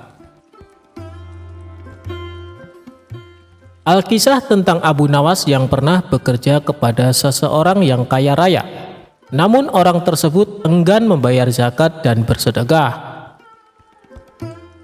Abu Nawas ingin majikannya yang kaya raya itu bertobat dan membayar zakat. Sehingga Abu Nawas menjalankan akal cerdiknya agar orang kaya tersebut bisa membayar zakatnya dan bertobat. Pada suatu hari, orang kaya itu memanggil Abu Nawas. Abu Nawas, engkau ini memang orang baik, jujur serta tekun. Tapi tadi kusuruh kau membeli telur, kenapa lambat sekali melaksanakannya? Kalau kusuruh membeli 3 telur, kenapa kau tidak membelinya sekaligus? Engkau pergi ke warung membawa 1 butir telur, dan kemudian kembali lagi ke warung dan membawa 1 butir telur, dan terus seperti itu hingga membeli 3 telur. Kamu pergi 3 kali ke warung, kata orang kaya itu heran dan kesal. Abu Nawas tersenyum dan menjawab, maaf tuan, saya memang salah. Saya tidak akan mengerjakan hal seperti itu lagi, ucap Abu Nawas. Beberapa hari kemudian, majikan Abu Nawas yang kaya raya itu jatuh sakit, dan ia pun menyuruh Abu Nawas memanggil tabib. Ternyata Abu Nawas tidak hanya membawa tabib, tapi juga membawa beberapa orang lainnya. Majikan Abu Nawas yang tengah berbaring itu bertanya, aku hanya menyuruhmu memanggil tabib. Beberapa orang itu siapa? Begini tuan, tabib biasanya menyuruh meminum obat, jadi saya sekalian membawa tukang obat. Dan tukang obat membutuhkan bahan-bahan obat, jadi saya juga membawakan penjual bahan obat-obatan. Sekaligus saya juga membawa penjual arang, karena biasanya obat direbus menggunakan arang, agar saya tidak bolak-balik seperti membeli telur, kata Abu Nawas. Dan mungkin tuan juga tidak akan sembuh, kemudian meninggal dunia. Saya juga membawa tukang penggali kubur, lanjut Abu Nawas. Mendengar penjelasan Abu Nawas, sang majikan kaget dan langsung berdiri. Karena teringat akan kematiannya, majikan tersebut menjadi bertobat dan rajin membayar zakat.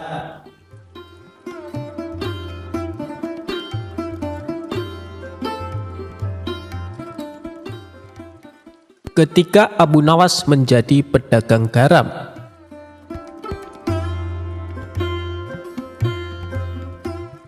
Kisah si cerdas Abu Nawas memang tak ada habisnya.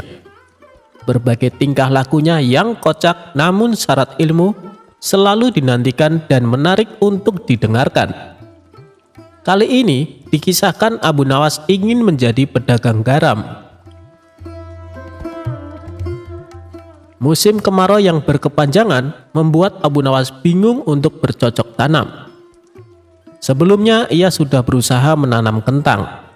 Tapi karena tidak adanya hujan, maka panen kentang yang diperoleh sangat mengecewakan.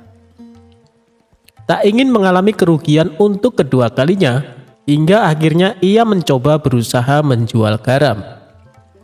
Keinginannya itu ia sampaikan kepada istrinya. Wahai istriku, aku ingin jualan garam. Bagaimana pendapatmu? Kata Abu Nawas. Berdagang garam itu yang bagus, tapi apa kamu sudah tahu di mana belanja garam yang murah? Tanya istrinya. Ngapain harus beli? Saya akan mencarinya di laut. Tuhan sudah memberikan secara cuma-cuma, dan tugas kita adalah berusaha. ujar Abu Nawas. Keesokan paginya, Abu Nawas bersiap-siap untuk pergi ke laut.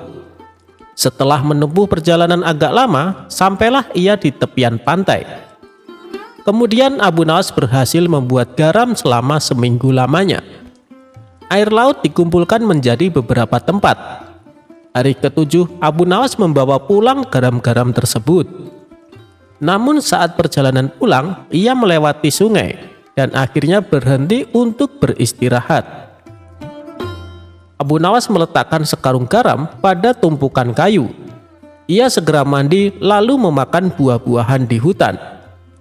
Abu Nawas pun merasa sangat kenyang, lalu akhirnya rasa kantuk pun mulai menghampirinya. Bila aku tertidur, nanti garamku bisa dicuri orang. Lebih baik garam ini aku sembunyikan saja dulu, pikir Abu Nawas. Seketika itu, Abu Nawas langsung melihat ke bagian bawah sungai. Ia langsung mengambil sekarung garam dan meletakkannya di sungai. Sesudah selesai, ia kemudian berjalan ke sebuah pohon rindang untuk istirahat. Beberapa saat kemudian, Abu Nawas pun terbangun lalu bergegas mengambil sekarung garam miliknya. Aku harus cepat pulang, pasti istriku sudah lama menungguku, ucap Abu Nawas. Setibanya di rumah, Abu Nawas terdengar berteriak memanggil sang istri. Istriku, istriku, ini aku sudah pulang membawa garam, kata Abu Nawas. Lalu Abu Nawas meletakkan karung garamnya di sebuah alas yang sudah dipersiapkan. Mana garamnya? Tanya sang istri. Di mana ya? Tadi aku letakkan di dalam karung. Wah, ternyata benar. Garamku dicuri orang sewaktu aku tidur tadi. Padahal aku sudah sembunyikan di tempat yang aman, tutur Abu Nawas. Memangnya engkau sembunyikan di mana karungnya? Tanya sang istri kembali. Aku sembunyikan di dalam sungai, jawab Abu Nawas. Mendengar jawaban Abu Nawas, sang istri hanya bisa menggelengkan kepala sambil berkata, garam kok disimpan di sungai? Ya jadi air lagi.